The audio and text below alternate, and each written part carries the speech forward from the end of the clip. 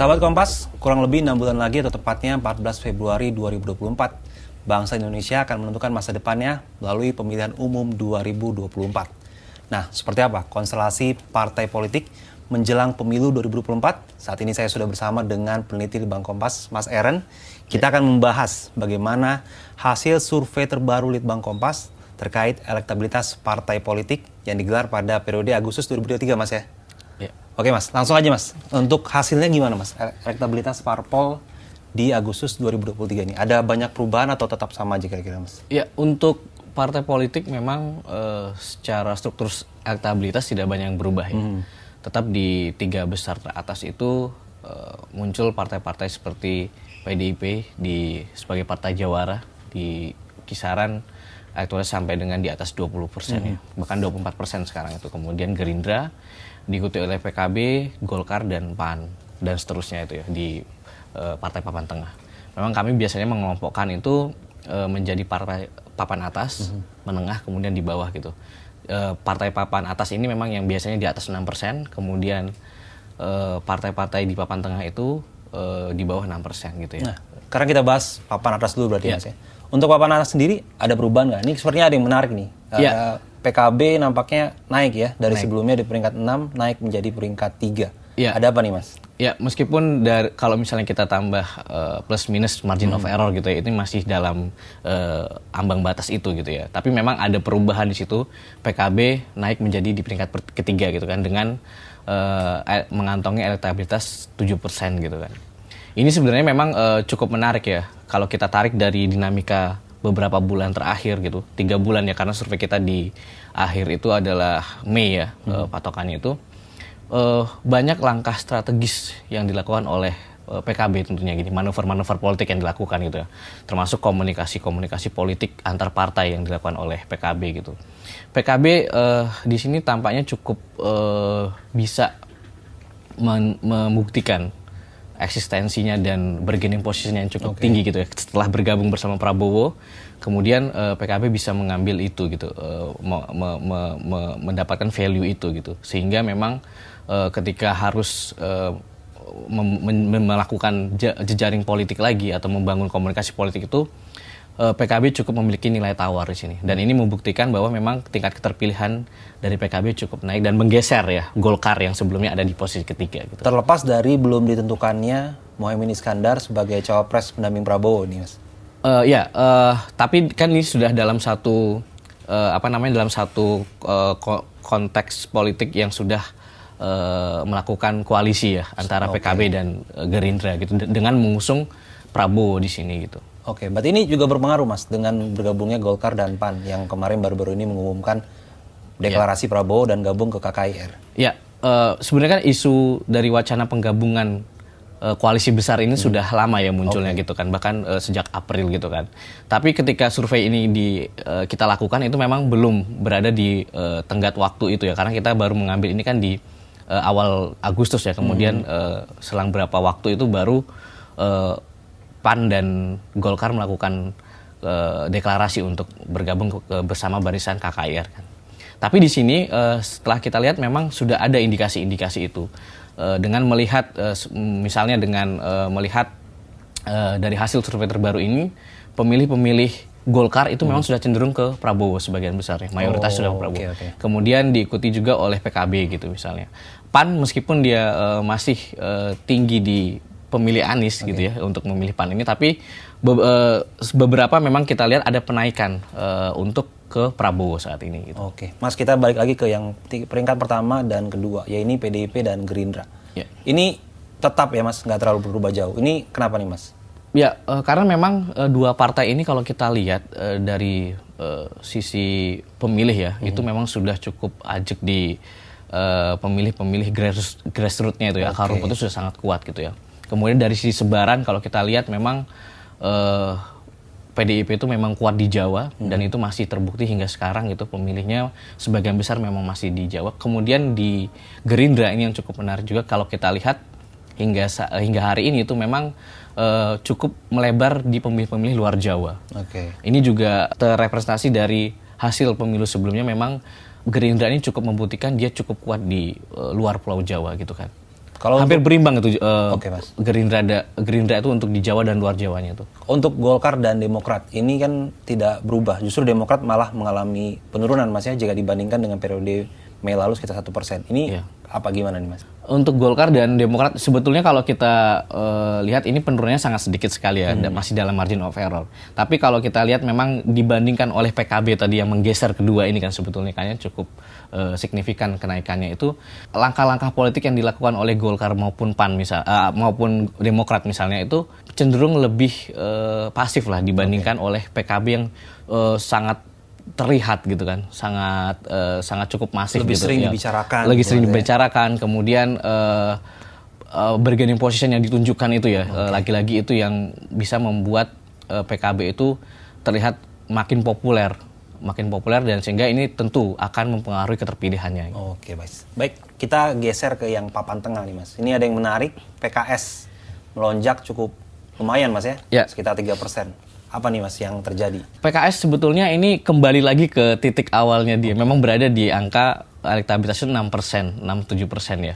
Dari survei kita di tahun lalu itu memang segitu terus gitu. Cuman memang ketika setelah deklarasi Anies yang dilakukan oleh Nasdem, itu terlihat partai yang mendominasi, yang melekatkan diri kepada Anies Baswedan itu adalah Nasdem saja gitu. Waktu itu ya. Okay. Sehingga waktu beberapa periode survei kita terakhir itu lonjakan Nasdem itu sempat sangat tinggi sekali. Dan itu memang menggerus partai-partai lain yang notabene ada di koalisi itu gitu ya, seperti Demokrat maupun PKS gitu. Sehingga PKS harus diakui pada saat itu tertutup oleh Nasdem lah begitu ya.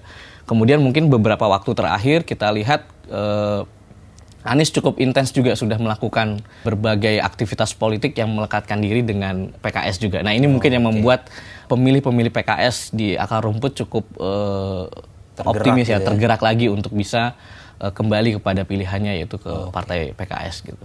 Oke Mas, untuk parpol lainnya gimana? Ada Nasdem, PAN, Perindo, dan P3 ini gimana nih Mas untuk papan tengah ini? Ya, sebetulnya tidak banyak cukup berubah juga ya konfigurasinya di sini. Cuman memang kalau kita lihat di sini ada Perindo yang cukup bisa konsisten bertahan. Satu-satunya non-parlemen yang bahkan di sini dia sudah melebihi P3 ya. Dan hampir menyetarai PAN di sini. Dan cukup besar kemungkinan bisa melebihi PAN di sini ya. Karena jarak antara Nasdem ke partai selanjutnya itu kan cukup jauh ya di sini, 3-4%. Nah itu bisa aja nanti dengan dinamika yang terjadi saat ini masih sangat terbuka, justru PAN dan Perindo ini cukup bisa bersaing ketat nanti. Oke, Mas. P3 nih Mas, ini menarik ya. Dia justru semakin menurun. Notabene ini parlemen Mas ya. Iya. Dan apalagi kan baru-baru ini Pak Menparekraf ya, Sandiaga Uno memutuskan bergabung. Ada apa nih Mas? Bisa turun? Berarti apakah Sandi efek ini kurang berpengaruh atau bagaimana nih Mas? Tentu ini juga nggak terlepas dari berbagai manuver yang terjadi ya, dinamika yang terjadi. Ketika memang ada nama besar Sandiaga Uno yang dilekatkan di situ, tapi kita tidak boleh memisahkan juga ketika pada akhirnya P3 ini memutuskan paling awal ya, sebelum PAN dan Golkar mendeklarasikan untuk bergabung ke koalisinya Gerindra atau Prabowo, P3 lebih dulu untuk menyatakan diri bergabung ke PDIP di situ. Nah ini tentu kan dua partai yang antara PDIP dan P3 ini kan dua partai yang memiliki nilai-nilai yang cukup saling ini ya, antara nasionalisme dan nasionalis dan religius Islami gitu. Ini mungkin di tataran akar rumput atau pemilih di bawah itu juga cukup melihat ini, oh kenapa harus bergabung ke situ gitu misalnya gitu. Terjadi kebingungan. Terjadi kebingungan juga di situ. Meskipun pada akhirnya ada nama Sandiaga Uno di situ, tapi kita lihat itu tidak cukup bisa mengembalikan atau memperluas dukungan tadi gitu kan. Sosoknya berarti belum. Ya karena selama ini kan sosok Sandiaga Uno juga ya kita tidak bisa melekatkan juga Sandi ini sebagai tokoh religius ya. Sama ini beliau berdiri pada posisi nasionalis gitu kan. Oke Mas, untuk yang papan bawah Mas, ada perubahan signifikan atau tetap sama nih Mas? Kalau papan bawah sih masih ya, masih sama saja sebetulnya. Ada Hanura, PSI di situ yang mungkin juga sudah cukup berpengalaman untuk mengikuti panggung kompetisi pemilu ya. Cuman memang partai-partai di papan bawah ini masih tampaknya memang harus berjuang lebih keras lagi ya, karena memang kompetisinya akan jauh lebih besar lagi karena muncul partai-partai baru juga di situ yang tentunya juga bisa menggerus eksistensi partai-partai yang sudah ada sebelumnya, sudah berpengalaman dalam pemilu sebelumnya gitu kan, seperti PSI dan Hanura tadi gitu. Nah ini juga menjadi catatan juga gitu bagaimana partai-partai ini bisa sebelum melangkah lebih jauh itu meningkatkan popularitasnya dulu gitu supaya bisa populer, kemudian diketahui oleh banyak orang, disukai oleh banyak orang gitu. Eksistensinya harus ada dulu gitu. Tampaknya memang kalau kita bandingkan dengan partai-partai yang sudah ada di parlemen atau mungkin yang dia sudah berpengalaman di pemilu saja, itu juga masih bertarung dari sisi popularitas dan kesukaan tadi ya, sehingga ini bisa terkonversi menjadi suara nanti di dalam bilik suara tadi gitu kan. Tapi masih ada peluang nggak Mas untuk bisa tembus ke parlemen? Mungkin untuk dua partai seperti PSI dan Hanura itu mungkin masih bisa ya, karena mereka cukup sudah memiliki infrastruktur ya di bawah itu untuk bisa menggerakkan kembali ya, untuk bisa menggerakkan kembali mesin-mesin partai yang sebelumnya sudah ada di daerah-daerah dan lain sebagainya gitu. Baik. Sekarang kita ke pembahasan selanjutnya Mas. Kalau dari tingkat kepopuleran dan kesukaan partai, ini bagaimana Mas? Kalau di survei kan paling populer tetap PDI, tapi ternyata tingkat kesukaannya tidak lebih tinggi. Ini fenomena ini seperti apa nih Mas penjelasannya? Tentu tingkat kesukaan itu akan berbeda ya dengan tingkat pengetahuan, kesukaan, baru dia akan memilih gitu ya, kalau gradasinya gitu ya. Tentu orang yang akan tahu itu belum tentu dia suka juga dengan partai itu ya, dari satu partai tadi gitu. Orang yang suka belum tentu juga dia akan memilih gitu. Karena ketika kita menanyakan kesukaan dan pengetahuan terhadap partai itu, popularitas tadi ya, itu orang bisa bermacam-macam gitu kan. Artinya bisa lebih dari satu partai gitu. Saya suka dengan partai A, B, C, D. Saya tahu kok dengan partai, semua partai itu saya tahu misalnya A, B, C, D, E gitu. Tapi untuk menentukan satu pilihan, tentu dia harus hanya ke satu partai saja dari semua itu gitu. Nah inilah yang membuat kenapa tingkat pengetahuan tadi, popularitas tadi tidak tentu sebanding dengan kesukaan. Karena orang yang tahu bisa saja dia tidak suka juga gitu kan. Atau dia tahu ya karena membenci misalnya gitu partai itu gitu. Itu boleh-boleh saja gitu. Nah ini juga akan berkorelasi dengan pilihan tadi gitu. Elektabilitas. Tentu dia akan memilih partai yang dia tahu dan dia suka. Itu akan lebih besar kansnya pasti. Berarti populer saya tidak cukup Mas. Tentu tidak cukup. Oke Mas, kalau soal dari usia nih Mas, ini kan menarik ya. Apalagi nanti di pemilu 2024 nanti kan sekitar 60% ya Mas ya. Ini pemilih muda. Dari generasi gimana Mas?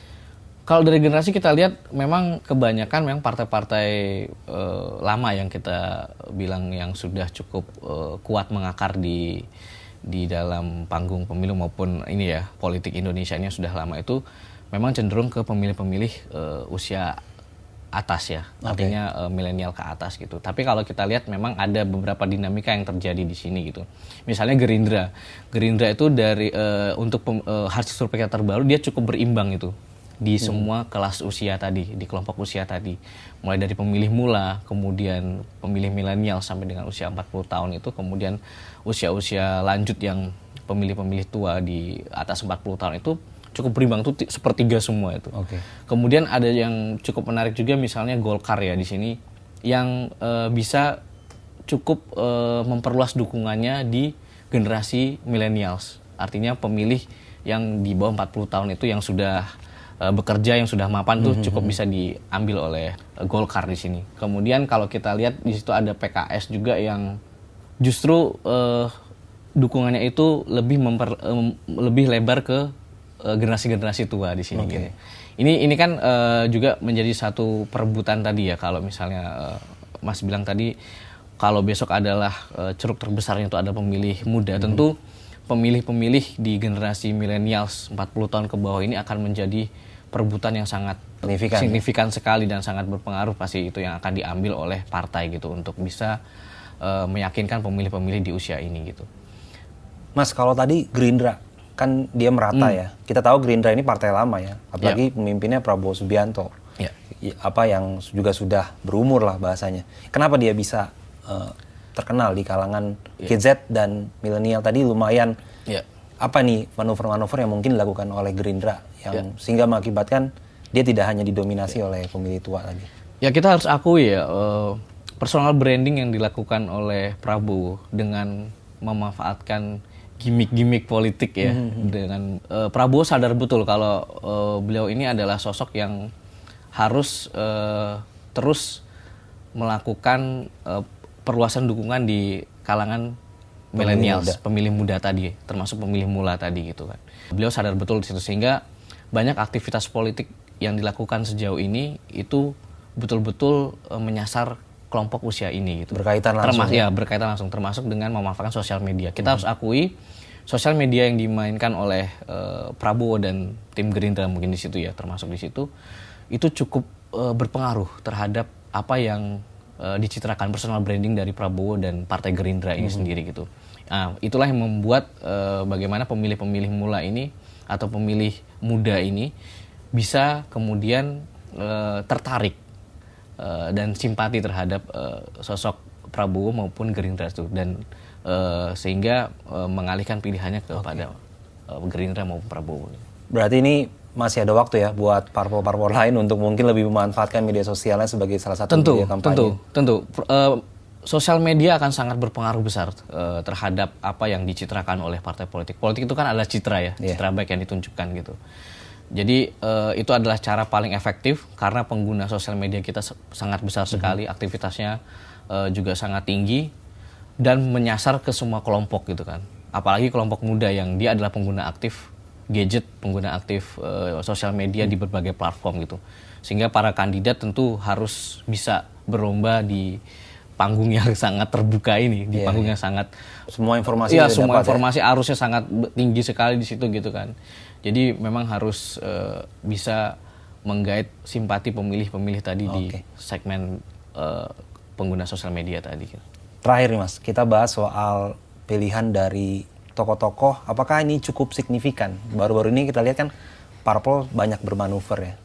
Ada Golkar dan PAN yang memilih deklarasi dengan Prabowo, P3 merapat ke Ganjar, Nasdem dan PKS masih setia dengan Anies. Apakah ada pemilihan tokoh misalnya cawapres atau mungkin figur-figur ketua umum partai ini turut berpengaruh dengan pilihan dari masyarakat terhadap partai untuk mendongkrak elektabilitas parpol ini, Mas? Ya, dari hasil survei kita termasuk di beberapa survei periode ke belakang ya, itu memang alasan orang memilih partai politik itu paling besar dipengaruhi bukan dari ideologi, bukan dari nilai, tapi dipengaruhi oleh siapa tokoh berpengaruh di dalam partai itu. Dan ini terkonfirmasi juga. Kenapa seseorang itu tidak mau memilih partai, suatu partai gitu ya. Itu memang karena juga ada faktor paling besar adalah faktor figur yang ada di dalam partai itu gitu. Sehingga memang di sini kehadiran dari figur ini bisa ketum gitu ya, bisa caleg dan lain sebagainya. Itu benar-benar yang dilihat gitu. Kalau kita konfirmasi lagi dari pertanyaan survei itu ada yang menanyakan seperti ini. Ketika Anda memilih partai politik, itu Anda melihat apa gitu, mempertimbangkan apa? Partainya kah? Calon legislatifnya kah? Atau keduanya, partai dan calon legislatif. Nah, ketika ditanya seperti itu, orang yang memilih melihat partainya saja itu sangat kecil. Paling di kisaran 11%. Tapi ketika kita tanya apakah dia memilih itu berdasarkan pertimbangan caleg juga atau keduanya partai dan caleg, itu udah jauh lebih tinggi. Nah, ini membuktikan bahwa memang pilihan orang terhadap partai politik itu tidak bisa dilepaskan dari sosok, termasuk capres-cawapres juga, Mas? Termasuk cawapres gitu. Ketika capres dan cawapres misalnya kita lihat sekarang kan ya tentu Anies itu pasti sudah dilekatkan dengan mungkin Nasdem PKS, atau PKS dengan Demokrat gitu ya. Prabowo adalah ketua partai Gerindra gitu. Itu Ganjar adalah PDIP. Ganjar adalah kader PDIP. Itu sangat berpengaruh sekali tentunya gitu dari sosok yang dimunculkan oleh partai politik tadi, termasuk ke capres tadi gitu. Dan cawapres tentunya nanti juga pasti. Berarti kita menunggu nih ya, siapa nih pilihan-pilihan dan manuver-manuver ini akan sangat mempengaruhi tentunya ya. Tentu, sangat mempengaruhi sekali gitu. Dan memang di sini pilihan masyarakat tadi, kalau kita lihat selain alasan tadi ya, siapa yang paling mempengaruhi, itu memang dari lingkungan paling dekat. Artinya adalah keluarga dan teman-teman dekat atau relasi dekatnya gitu yang paling mempengaruhi. Meskipun kalau kita melihat dari alasan tadi adalah tokoh partainya, tapi yang mempengaruhi pilihan tadi adalah keluarga di tingkatan paling dekat ya, keluarga dan rekan-rekan teman-teman seperti itu. Sehingga banyak juga pilihan-pilihan partai ini yang mereka beralasan ya ini sudah turun-menurun gitu. Sudah juga jadi pemilih. pilihan keluarga dan lain sebagainya seperti itu. Baik, terima kasih Mas Eren. Ya sahabat Kompas, sebelum ditutup, saya ingin menginformasikan bahwa survei Litbang Kompas ini seluruhnya dibiayai oleh Harian Kompas atau PT Kompas Media Nusantara, sehingga tidak ada sponsor ataupun pihak ketiga dalam survei ini. Terima kasih dan sampai jumpa.